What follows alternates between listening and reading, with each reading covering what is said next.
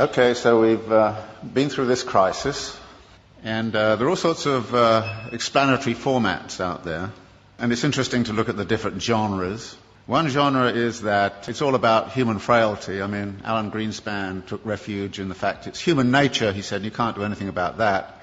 But there's a whole world of explanations that kind of say it's the predatory instincts, it's the instincts for mastery, it's the delusions of investors and the greed and all the rest of it. So there's a whole range of discussion of that. And of course, the more we learn about the daily practices on Wall Street, we kind of figure there's a great deal of truth in all of that.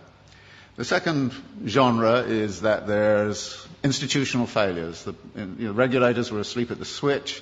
The shadow banking system innovated outside of their purview, etc., etc., etc., and therefore the institutions have to be reconfigured, and it has to be a global effort by the G20, something of that kind.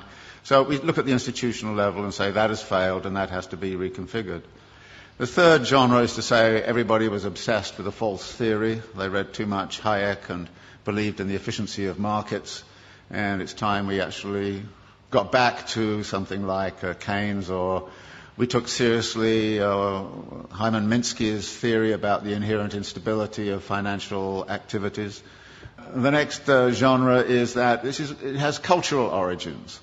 Now, we don't hear that much in the United States, but if you were in Germany and France, many people there would kind of say this is an Anglo-Saxon disease. And it's nothing to do with us. I happened to be in Brazil when it was going on, and Lula was kind of saying, well, first off he was saying, oh, thank God the United States is being disciplined by the equivalent of the IMF. We've been through it 8 times in the last 25 years, and now it's their turn. Fantastic, said Lula, and all the Latin Americans I knew, until it hit them, which it does. And then they kind of changed their tune a little bit. So there's a kind of a way of which it became cultural. And you can see that by the way in which this whole Greek thing is being handled. The way the German press is saying, well, it's the Greek character, it's defects in the Greek character. And there's a lot of rather nasty stuff going on around that. But actually there are some cultural features which have led into it. For instance, the US fascination with home ownership, which is supposedly a deep cultural value. So 68% of US households are homeowners. It's only 22% in Switzerland. Of course, it's a cultural value in the United States that's been supported by the mortgage interest tax deduction, which is a huge subsidy.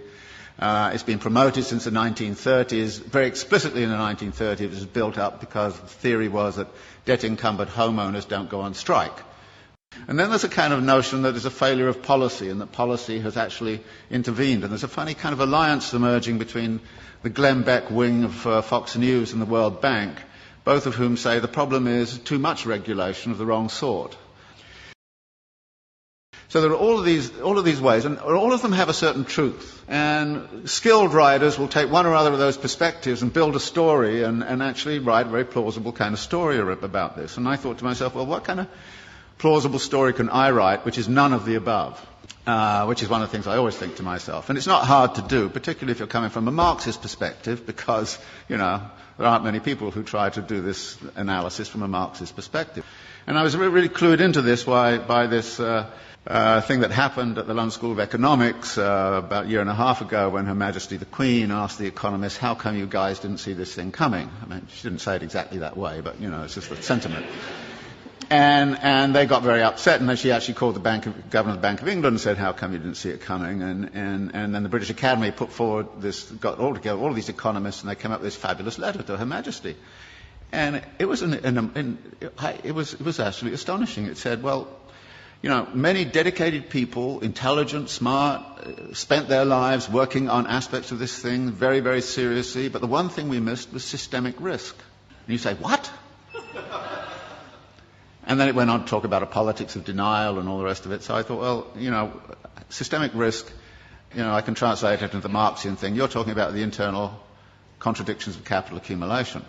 And maybe I should write a thing about the internal contradictions of capital accumulation and try to figure out the role of crises in the whole history of capitalism and what's specific and special about the crisis this time around. And there were 2 ways in which I thought I would do that. One was to sort of look at what's happened since 1970s to now. And the thesis there is that in many ways the form of this current crisis is dictated very much by the way we came out of the last one. that the problem back in the 1970s was excessive power of labour in relationship to capital, that therefore the way out of the crisis last time was to discipline labour.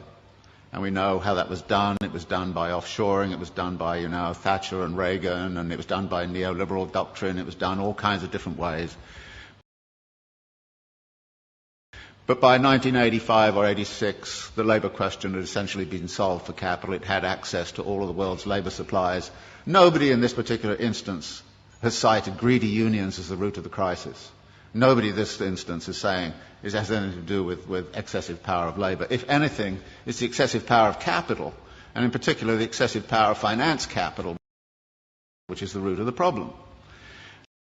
Now, how did that happen? Well, we've been, since the 1970s, in a phase of what we call wage repression, that wages have remained stagnant. The share of wages in national income right throughout the OECD countries has steadily fallen. It's even steadily fallen in China, of all places.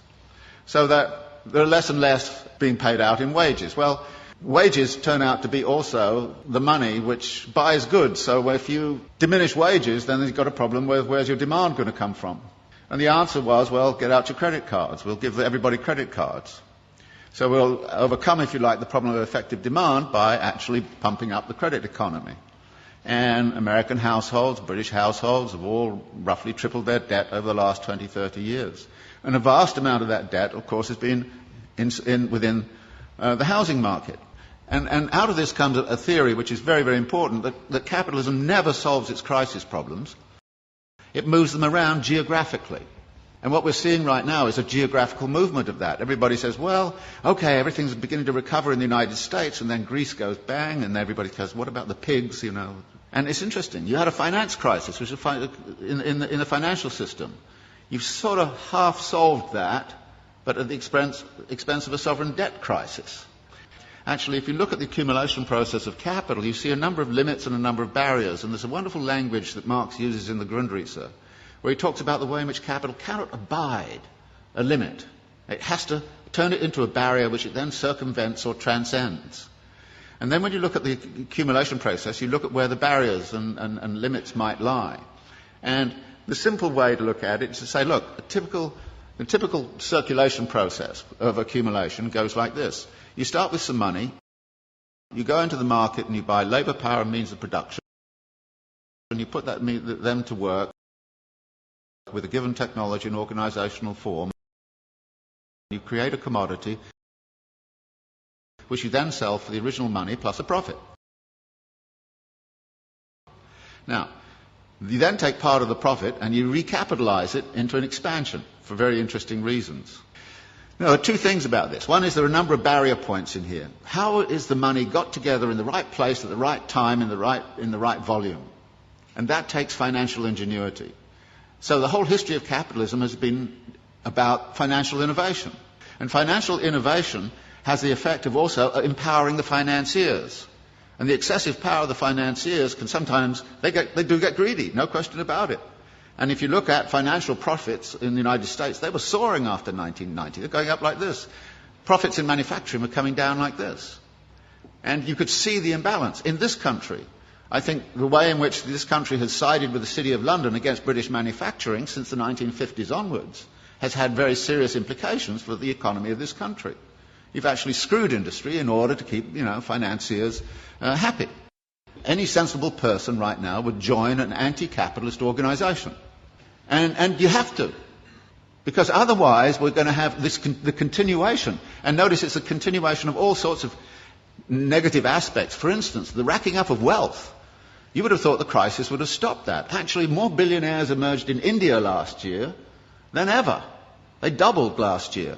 The wealth of the rich, I just read something this morning, in this country has accelerated. Just last year, what happened was the leading hedge fund owners got personal remunerations of $3 billion each in 1 year. Now, I thought it was obscene and insane a few years ago when they got 250 million. But they're now hauling in $3 billion. Now, that's not a world I want to live in, and if you want to live in it, be my guest. I don't see us debating and discussing this. I don't have the solutions. I think I know what the nature of the problem is. And unless we're prepared to have a very broad-based discussion that gets away from, the normal kind of pablum you get in the political campaign, and, you know, everything's going to be okay here next year if you vote for me, you know, it's crap. You should know it's crap, and say it is. And we have a duty, it seems to me, those of us who are academics and seriously involved in the world, to actually change our mode of thinking.